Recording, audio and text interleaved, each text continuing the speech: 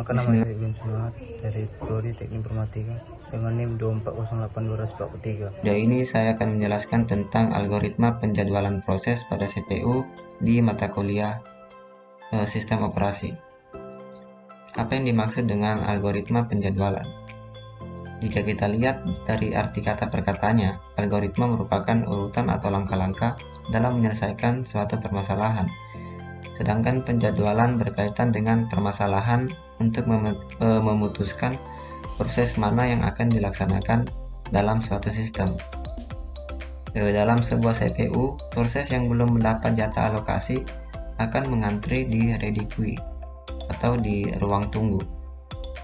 Kemudian fungsi dari algoritma penjadwalan ini untuk menentukan proses manakah yang ada di ready queue yang akan dieksekusi oleh CPU. Di sini kita membahas dua algoritma penjadwalan. Yang pertama FCFS atau First Come First Server, kedua Priority Scheduling. Masuk ke algoritma yang pertama, FCFS atau First Come First Server. Sesuai dengan namanya, bisa diartikan sebagai proses yang tiba lebih dahulu akan dilayani pertama kali. Apabila ada proses yang tiba di waktu yang bersamaan, maka pelayanan proses dilaksanakan melalui urutan dalam antrian. Proses antrian di belakang harus menunggu sampai semua proses di depannya selesai. Setiap proses yang berada pada status ready dimasukkan ke dalam FCFS queue sesuai dengan waktu kedatangannya. Sebagai contoh, di sini ada sebuah tabel di mana terdapat 5 buah proses dengan arrival time dan burst time-nya masing-masing. Di sini kita diminta untuk membuat Gantt chart dan menentukan rata-rata waktu tunggu menggunakan algoritma FCFS. Kita buat Gantt chart pada waktu ke 0, P1 dieksekusi sampai di waktu ke-12. Selanjutnya pada waktu kedua P2 masuk dan menunggu di ready queue. Pada waktu ketiga P3 masuk, di waktu kelima P4 masuk, dan di waktu ke-9 P5 masuk. Selanjutnya pada saat di waktu ke-12 P1 telah selesai dieksekusi, kemudian dilanjutkan dengan P2 karena P2 yang mengantri terlebih dahulu di ready queue. Selanjutnya P3, P4 dan P5 menunggu di ready queue. Selanjutnya dari waktu ke-12 sampai ke-20 P2 telah selesai dieksekusi, dilanjutkan dengan P3. Dari waktu 20 sampai ke 25 proses P3 telah selesai dieksekusi, dilanjutkan dengan proses P4 sampai dengan proses P5 di waktu ke-28. Setelah itu kita menentukan waktu tunggu setiap proses. Untuk waktu tunggu proses P1 sama dengan 0 karena P1 langsung dieksekusi dan tidak menunggu. Selanjutnya untuk P2, untuk waktu tunggu P2 sama dengan waktu proses dikurangi dengan waktu tunggunya, sama dengan 12 dikurang 2, 10. Waktu tunggu dari P3 sama dengan 20 dikurang 3 sama dengan 17. Untuk P4 25 dikurang 5 sama dengan 20, dan waktu tunggu P5 sama dengan 27 dikurangi dengan 9 sama dengan 18. Setelah itu kita jumlahkan semua waktu tunggu dari semua proses menghasilkan 65. Dari sini kita bisa menentukan rata-rata atau AWT dari semua proses dengan cara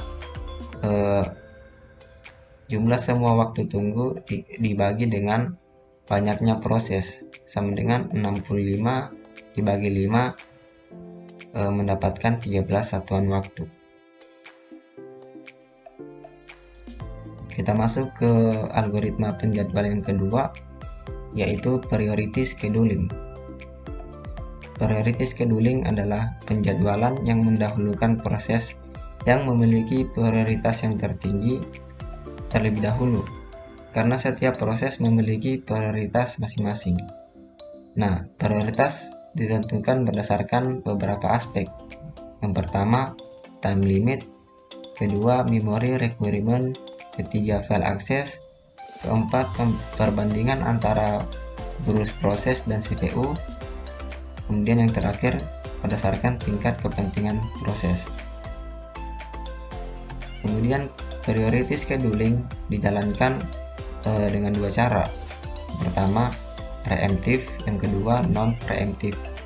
Yang dimaksud dengan preemptif adalah apabila ada sebuah proses yang sedang berjalan, kemudian datang proses yang lain yang memiliki prioritas yang lebih tinggi, maka proses yang sebelumnya tersebut akan dihentikan terlebih dahulu, kemudian dijalankan proses kedua yang memiliki prioritas yang lebih tinggi.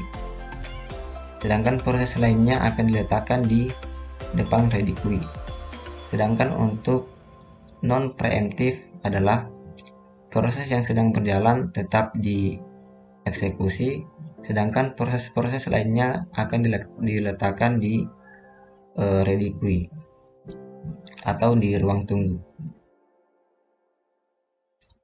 Contoh dari priority scheduling bisa dilihat di sini, ada sebuah tabel di mana ada 3 buah proses memiliki arrival time, priority, dan burst time-nya masing-masing. Untuk P1 arrival time-nya adalah 0, priority-nya 3, burst time-nya 10. Kemudian P2 arrival time-nya 3, priority-nya 1, burst time-nya 3. P3 adalah arrival time-nya 5, priority-nya 2, dan burst time-nya 4.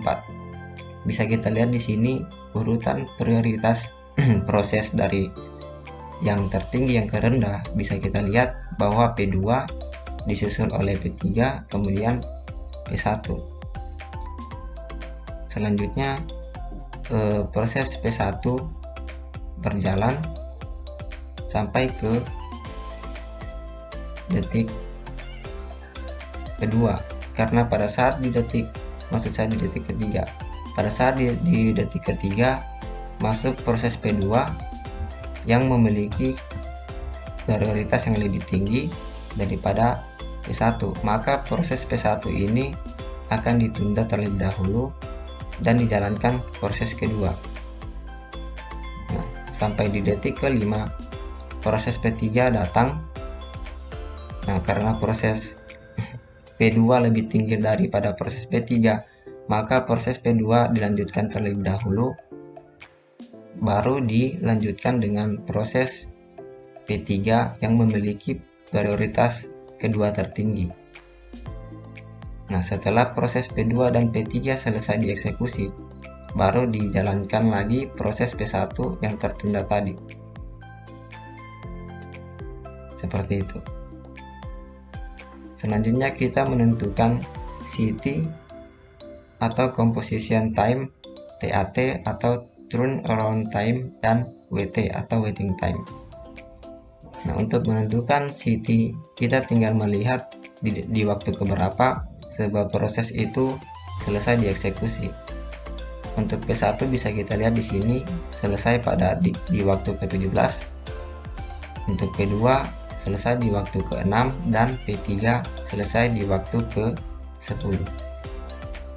Selanjutnya kita menentukan TAT menggunakan rumus TAT sama dengan CT dikurangi dengan arrival time-nya. Untuk P1 sama dengan 17 dikurang 0 sama dengan 17. P2 6 dikurang 3 sama dengan 3. Kemudian P3 10 dikurang 5 sama dengan 5. Setelah itu kita menentukan waiting time dari tiap-tiap proses. Kemudian menggunakan rumus WT sama dengan TAT dikurangi dengan burst time-nya. Untuk P1 TAT 17, burst time-nya 10, maka WT-nya adalah 7. Kemudian Untuk P2 3 dikurang 3 sama dengan 0.